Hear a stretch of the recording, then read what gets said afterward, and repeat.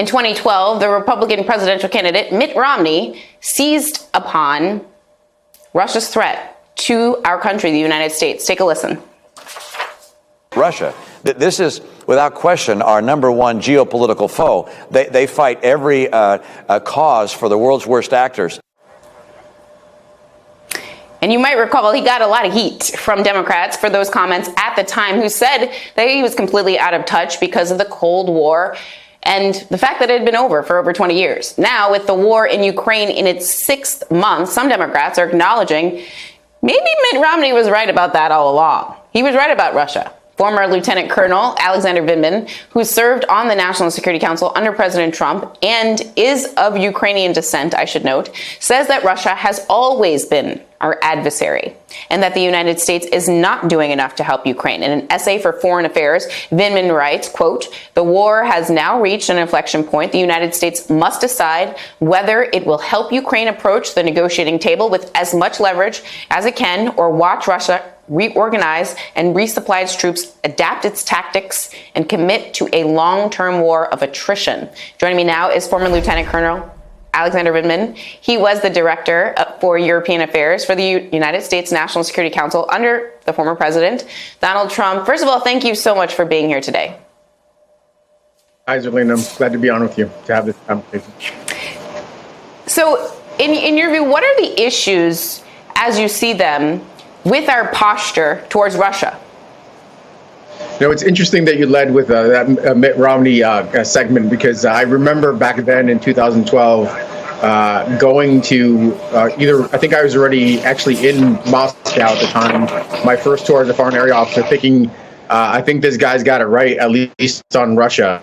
And that we took our eye off an increasingly adversarial, challenging Russia.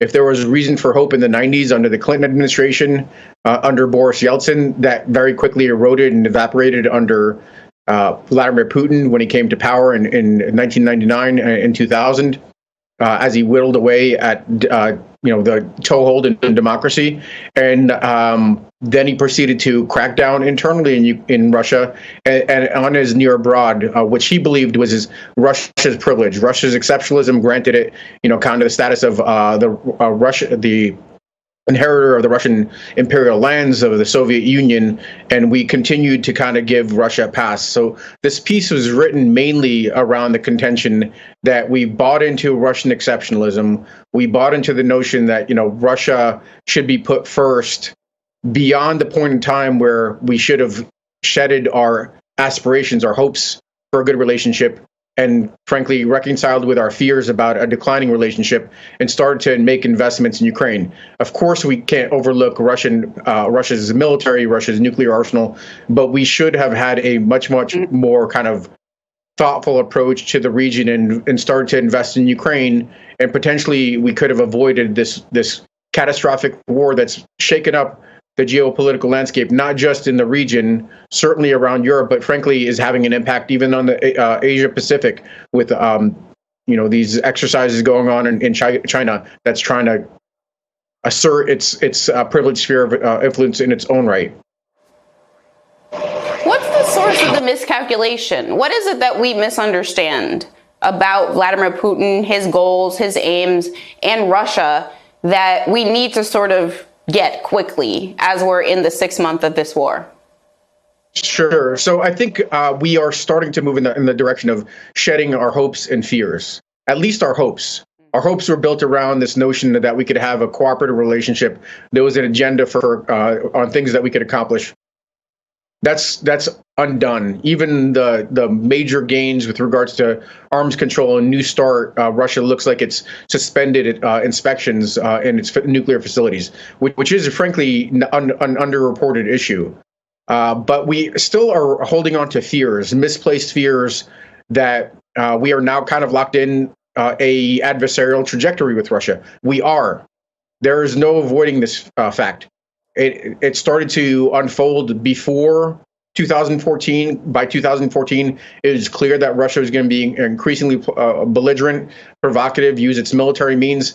Certainly by 2022, in this major escalation by Russia, we should not have any hopes of returning to kind of a business as usual, a status quo ante conditions before February 2022. We are locked into a Cold War, trying to avoid a hot war.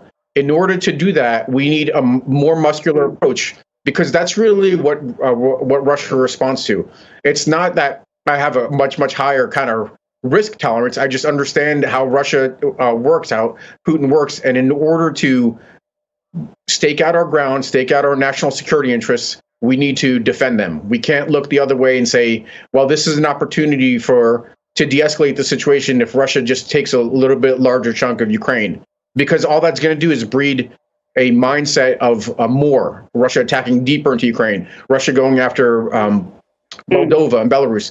And that is the major shift that we need to do. We need to have a much more cold, calculating appraisal of the true risks around the corner as time wears on with this war, which are increasing, and recognize that a long war is actually very bad for U.S. national security interests, and we could help Ukraine kind of move towards a shorter war. We missed short war, but we can at least try for a shorter war if we arm Ukraine sufficiently and avoid these scenarios, nuclear fallout because of attacks on nuclear power plants. You know, the North Koreans are making some noises. I don't believe it, that they're going to contribute 100,000 troops. The Iranians are providing dozens of drones. This is already kind of spilling out in other directions, and it's going to get worse. So if we help Ukraine, arm Ukraine to deliver some sort of decisive defeat to Russia, end its theory of victory, we enable U.S. national security interests, and frankly, enable the aspirations of the Ukrainian people to join the West. Lieutenant Colonel Alexander Vindman, it was great to have you on today. Thank you so much for joining us. Please stay safe.